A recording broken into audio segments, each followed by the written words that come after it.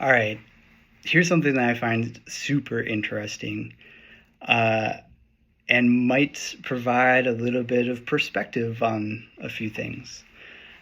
The population of the original 13 colonies was about 2.5 million people in 1776. So once we gained independence, the signing of the Declaration of Independence, our population was about 2.5 million people.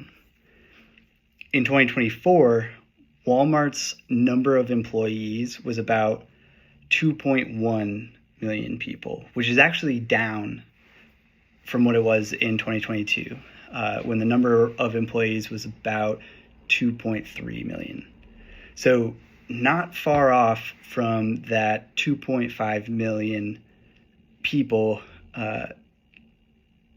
in the 13 original colonies.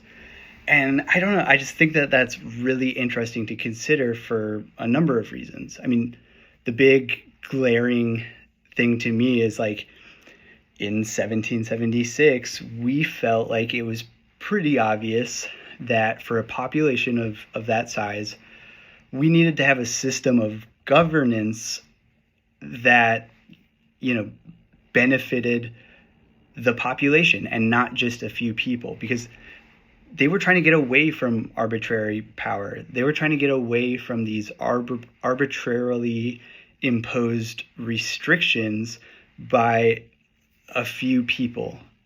And I don't know, I think it's also interesting to consider this when you factor in Samuel Adams' definition of a commonwealth, which he defined as a body politic or civil society of people united together to promote their mutual safety and prosperity by means of their union. And he also makes it very, very clear that when you enter into a commonwealth, you can never forfeit your natural rights, your rights to life, liberty, and the pursuit of happiness. And I certainly think that corporations and businesses in general fall under this definition of a commonwealth, because it really is, it's a group of people who come together to provide work, and through the prosperity of their union, the success of their business, right? It provides those people, the employees, with security. And that security is so deeply entangled with our natural rights.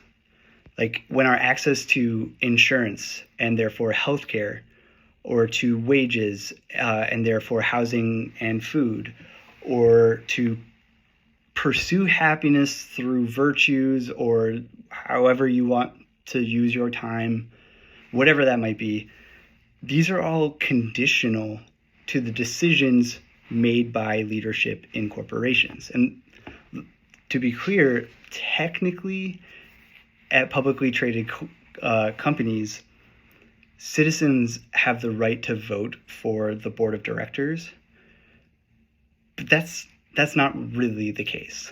It's not the population of employees that are voting on the board of directors.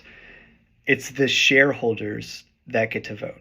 So in this way, it's the people who can afford to purchase the largest number of shares in the company who determine who the board is, and therefore how the company will function and the decisions that are made. So in that sense, the power to govern 2.5 million people or 2.1 million people, it's purchased. And there's a mountain of flaws with a system like that impacts the livelihoods, the natural rights of such a significant population.